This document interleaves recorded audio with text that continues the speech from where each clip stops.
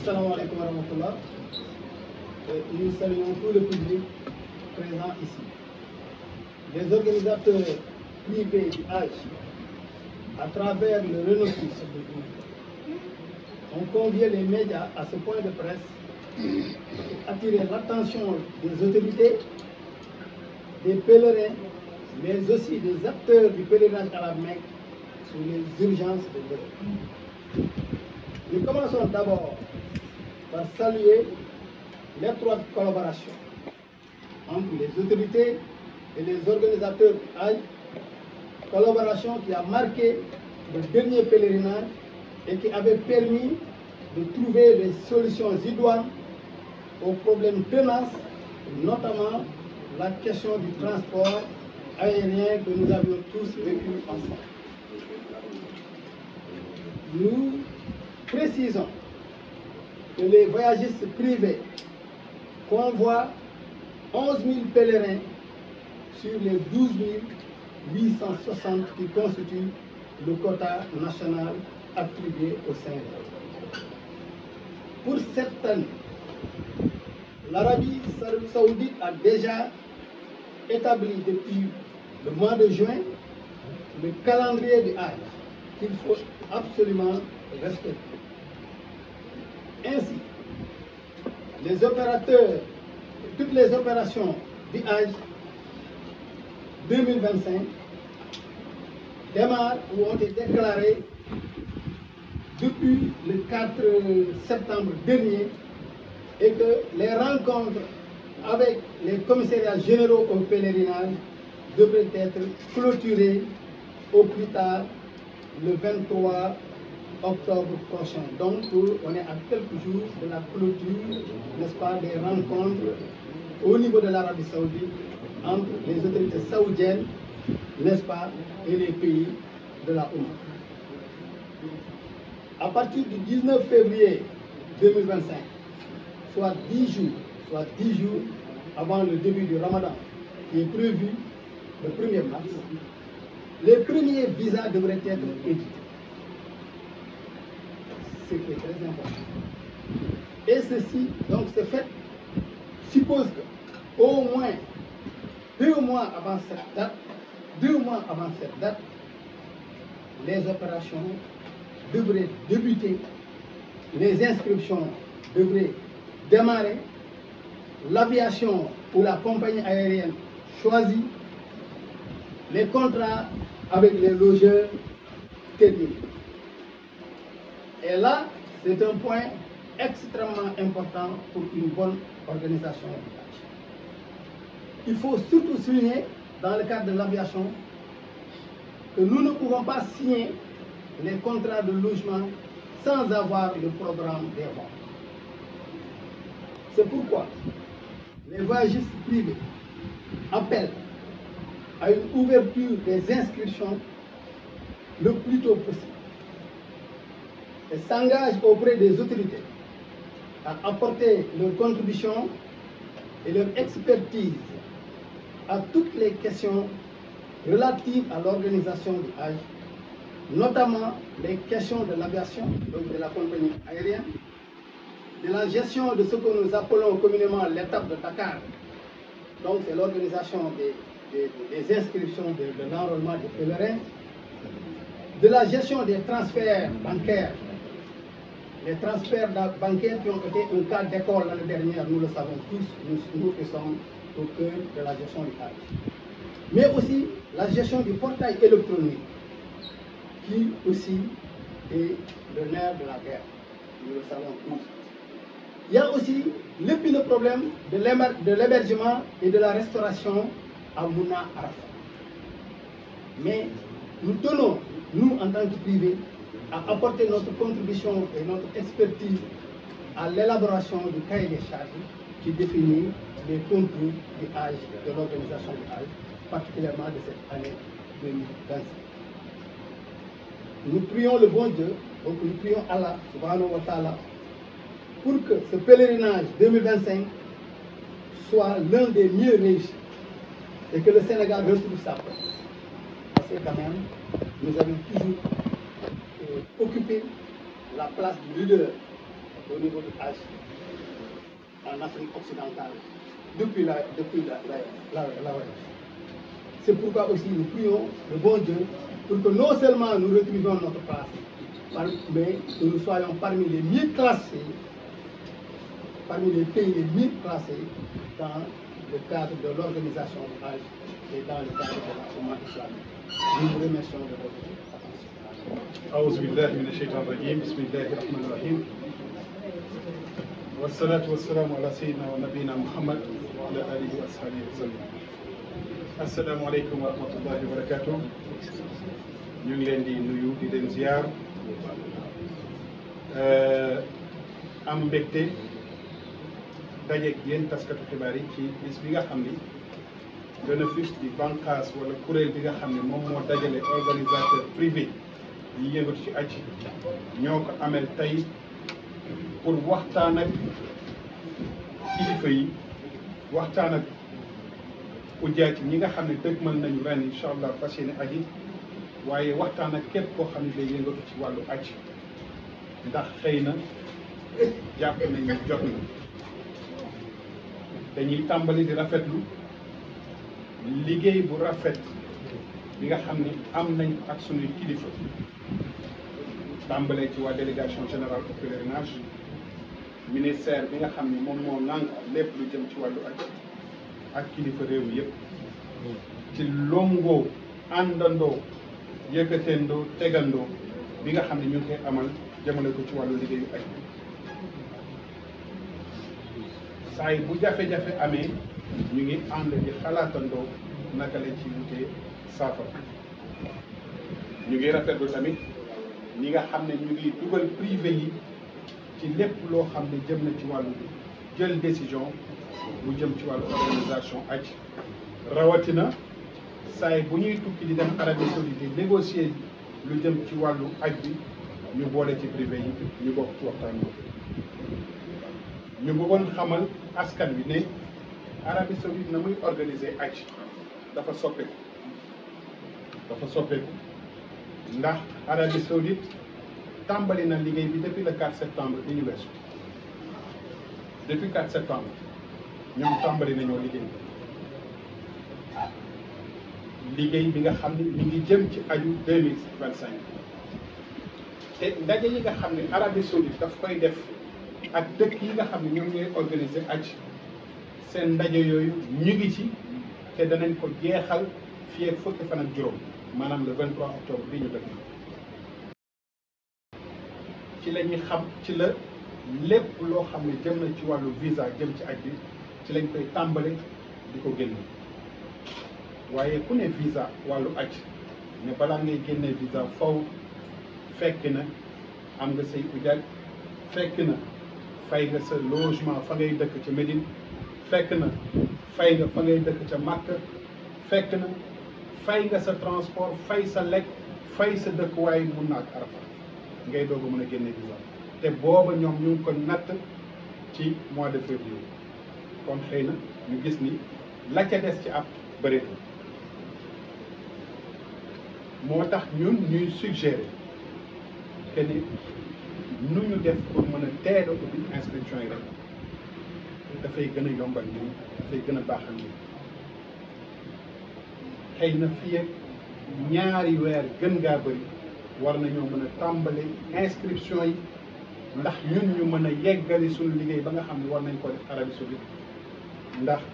date yi nga xam ne jox nañu ko date yi jege ñu ngi tàllal loxo autorité yi di leen xamal ni ñi nga xam ne ñoom ñoo ŋànk aj ci wàllu privé pare nañu ànd ak ñoom ci lépp loo xam ne mën nañ ko apporter muy suñu contribution pour que organisation aju ren bi nekk organisation boo xam ne bu mucc ayib Renefus di kuréel bi nga xam ne moo ŋànk ñi ëpp ci privé yi yëngatu ci wàllu aj ñi ko composé ay borom xam-xam lañ yoo xam ne koo ci jël am na ñaar fukk wala ñaar fukk juróom at d'expérience ci liggéey bi taxaw nañu vraiment pour ànd ak autorité yi ndax xam nañu fullaal bi ñu fullaal aj bi xam nañu ban daraja lañ ko jox nañu xam ne ñu nit pare nañu pour ànd ak ñoom ci liggéey boobu. bëri na loo xam ne war nañ cee mën a waxtaan sottante xalaat lu jëm ci wàllu aviation tànnum avion ya nga xam ni moom moo ñu yóbbu moo war a yóbbu ujaaj andiwaat leen lu jëm ci wàllu mbind bi nga xam ne war nañ koo def fii kañ lañ koy ubbi naka lañ koy doxale lu jëm ci wàllu transfert d'argent yi maanaam xaalis bi nga xam ne war nañ koo yónnee Makka pour fay suñuy kër suñuy dëkkuwaay ak suñu yeneen service foofu lu jëm ci wàllu lekkin bi ak dëkkuwaay bi ci mun na ak Arafat yooyu yëpp mu nekk ay problème yoo xam ne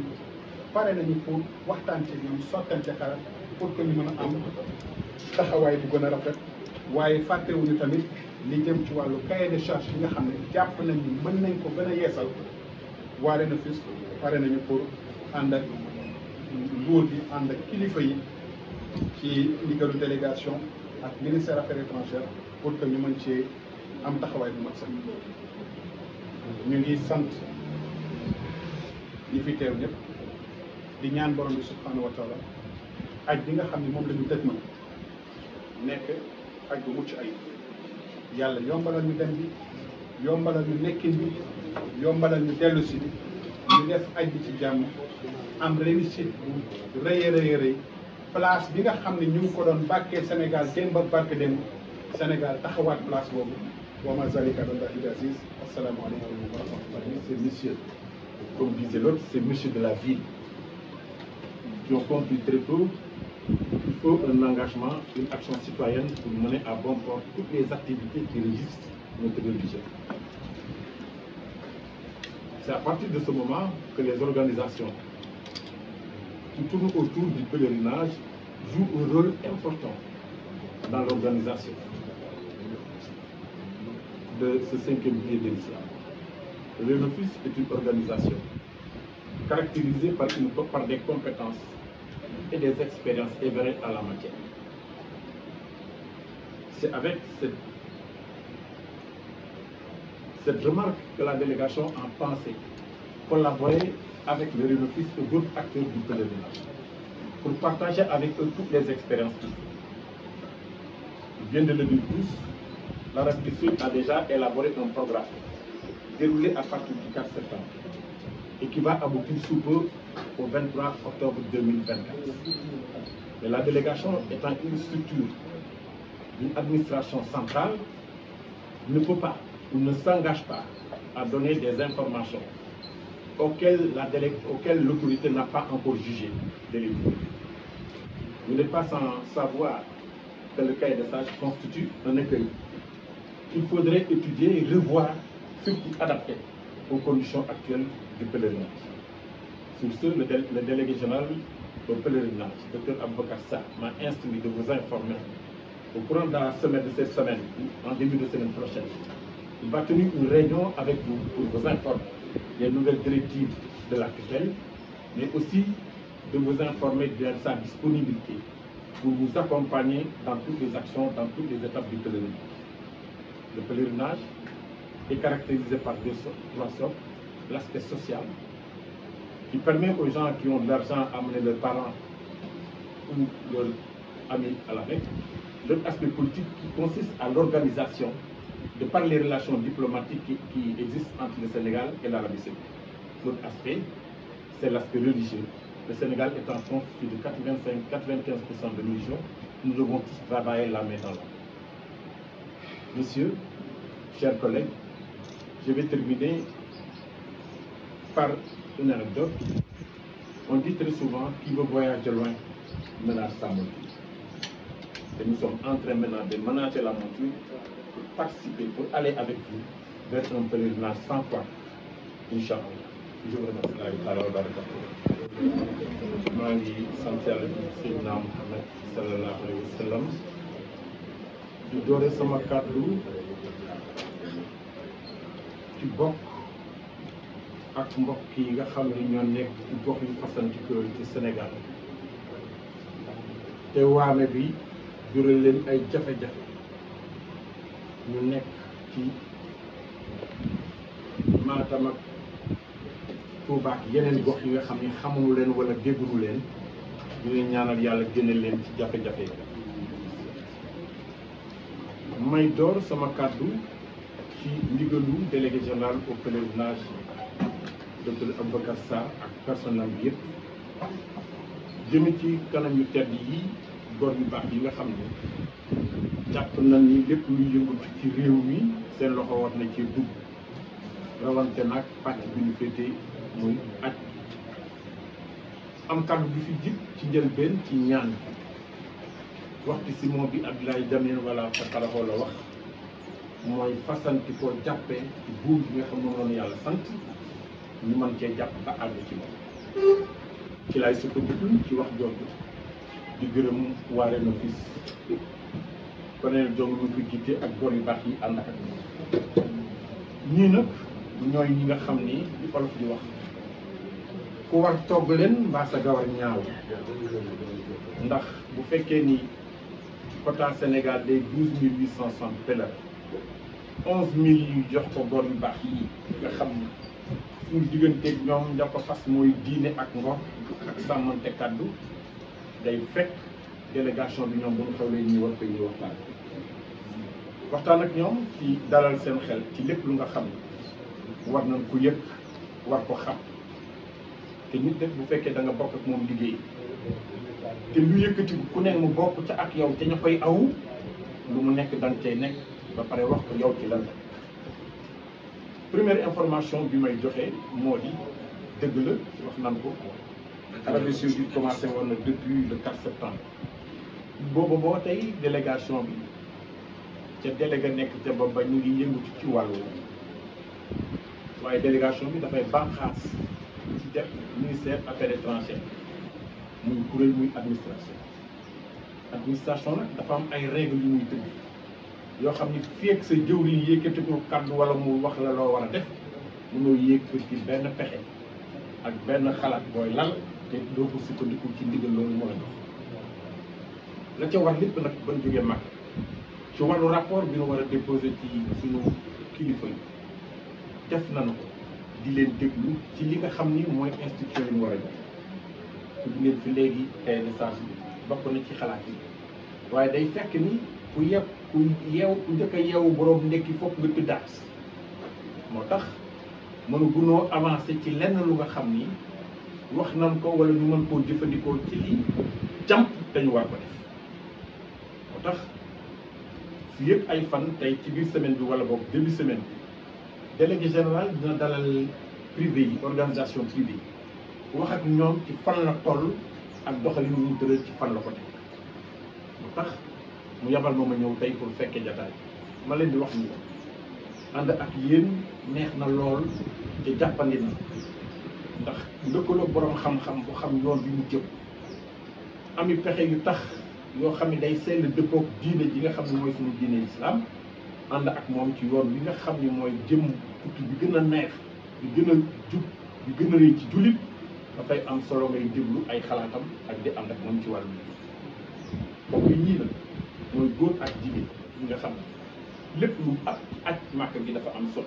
ndax aj màkk gi fi may jeexale ci wolof